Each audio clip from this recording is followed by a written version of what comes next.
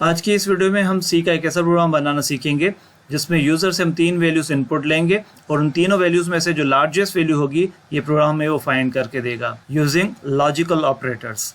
अगर आप इसी प्रॉब्लम को नेस्टेड इफ के थ्रू हल करना चाहते हैं तो आप प्लेलिस्ट में जाएं और उस प्लेलिस्ट में मेरी एक और वीडियो बनी हुई है कि how to find the largest value among 3 variables using nested if, तो उस वीडियो को ज़रूर देखें। तो आइए हम देखते हैं कि हम 3 वैल्यूज़ में से लार्जेस्ट वैल्यू किस तरह फाइंड करेंगे यूजिंग लॉजिकल ऑपरेटर्स। तो सबसे पहले हमने वाइड मेन लिखा। वाइड मेन लिखने के बाद हमने 3 वेरिएबल्स डिक्लेयर किए ABC, क्योंकि हम 3 वैल्यूज़ इनपुट लेंगे यूज़र से। स्क्रीन रेज होने के बाद हमने मैसेज प्रिंट करवा दिया, enter values for variables A, B and C। जैसे ये मैसेज स्क्रीन पर डिस्प्ले होगा तो उसके बाद scanf कमांड के थ्रू हम यूज़र से 3 वैल्यूज़ इनपुट लेंगे और वो तीनों वैल्यूज़ वेरिएबल A, B और C में तरतीबवार स्टोर हो जाएंगी। उसके बाद मेन लॉजिक जो है वो हमारी यहाँ पे इफ एल्स में हमने प्रोवाइड की हुई है कि किस तरह से हम फाइंड आउट करेंगे कि लार्जेस्ट वैल्यू कौन सी है।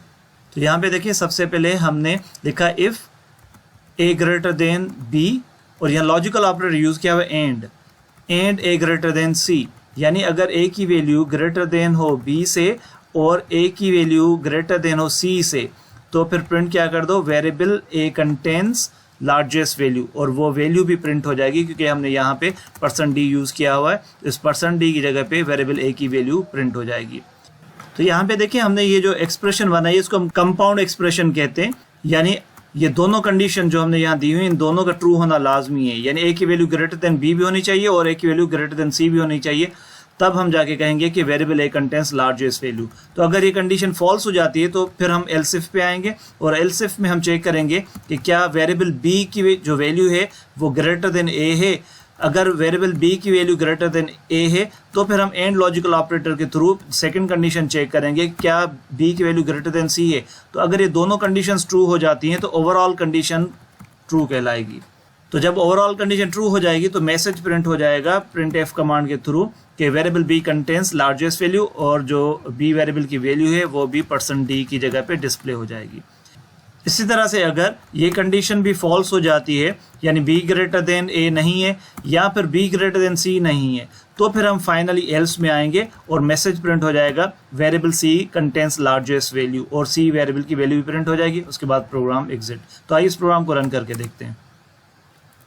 तो जैसे हमने प्रोग्राम रन किया तो यहाँ हम कोई भी 3 वैल्यूज़ दे देते हैं रैंडमली। तो यहाँ पे देखें इस वक्त जो C वेरिएबल है उसकी वैल्यू लार्जेस्ट है, तो मैसेज प्रिंट हो गया variable C contains largest value. दोबारा इस प्रोग्राम को हम रन करते हैं तो इस दफ़ा B वेरिएबल की वैल्यू लार्जेस्ट है, तो आपने देखा यहाँ पे जैसे एंटर प्रेस किया तो मैसेज आ गया variable B contains largest value, और जो B वेरिएबल की वैल्यू थी 76 वो भी डिस्प्ले हो गई। तो एक दफ़ा फिर रन करते हैं प्रोग्राम को। इस दफ़ा हमने A वेरिएबल में जो वैल्यू दी है वो लार्जेस्ट दे दी है, तो अब देखें मैसेज डिस्प्ले हो गया variable A contains largest value, और वैल्यू भी डिस्प्ले हो गई, यानी 65 लार्जेस्ट वैल्यू है और ये वेरिएबल A में स्टोर है। तो देखिए प्रोग्राम बिल्कुल एक्यूरेट काम कर रहा है। तो एक बार फिर हम इस प्रोग्राम की लॉजिक को रिपीट कर देते हैं कि मेन लॉजिक हमारे पास क्या है। यूज़र से इनपुट लेने के बाद हम यहाँ चेक कर रहे हैं अगर वेरिएबल A की वैल्यू वेरिएबल B से भी ग्रेटर हो और वेरिएबल C से भी ग्रेटर हो तो डिस्प्ले कर दो A कंटेन्स लार्जेस्ट वैल्यू, और वैल्यू भी प्रिंट हो जाएगी A वेरिएबल की। अगर ये कंडीशन फॉल्स हो जाती है तो फिर हम B के लिए चेक करेंगे कि क्या B की वैल्यू A से ग्रेटर है और B की वैल्यू C से भी ग्रेटर है। अगर ये कंडीशन ट्रू हो जाती है, यानी B की वैल्यू A से भी ग्रेटर है और C से भी ग्रेटर है, तो डिस्प्ले हो जाएगा variable B contains largest value, और B वेरिएबल की वैल्यू भी डिस्प्ले हो जाएगी। अगर ये दोनों कंडीशंस फॉल्स हो जाती हैं, यानी A में भी लार्जेस्ट वैल्यू नहीं है, B में भी लार्जेस्ट वैल्यू नहीं है, तो फिर प्रिंट हो जाएगा कि variable C contains largest value. अब इसमें हम एक मॉडिफिकेशन करेंगे, क्योंकि अगर आप तमाम तर वेरिएबल्स में सेम वैल्यू दे देते हैं, फॉर एग्जांपल इसको रन करते हैं और तमाम तर वेरिएबल्स की वैल्यू हमने 777 दे दी, तो देखें ये मैसेज डिस्प्ले हो गया variable C contains largest value, जबकि ऐसा नहीं है, तमाम तर वेरिएबल्स में इक्वल वैल्यू है या सेम वैल्यू है। तो इस इशू को हम किस तरह से हल करें, तो हम थोड़ा सा मॉडिफाई करते हैं इस प्रोग्राम को, और यहाँ पे हम एल्स इफ का इजाफा करते हैं। हमने यहाँ लिख दिया C greater than A and C greater than B, तो प्रिंट कर दो variable C contains largest value. Otherwise एक इजाफी एल्स हम यहाँ लगा रहे हैं और उस एल्स में हम मैसेज प्रिंट करवा रहे हैं with the help of printf instruction, all variables contains same value. उसके बाद कर्ली ब्रैकेट ओवर। तो हमने ये थोड़ी सी मॉडिफिकेशन कर दी। अब हम चेक करें कि अगर वेरिएबल ए की वैल्यू ग्रेटर देन बी और ग्रेटर देन सी हो तो प्रिंट कर दो वेरिएबल ए कंटेन्स लार्जेस्ट वैल्यू। अगर ऐसा नहीं है तो चेक करो बी की वैल्यू अगर ए से और सी से लार्जेस्ट हो तो प्रिंट कर दो बी कंटेन्स लार्जेस्ट वैल्यू। अगर ऐसा भी नहीं है तो चेक करो सी की वैल्यू अगर ए और बी से लार्जेस्ट हो तो प्रिंट कर दो C variable C contains largest value. Otherwise print कर दो all variables contain same value. तो हम इसको करेक्ट कर देते हैं कंटेन।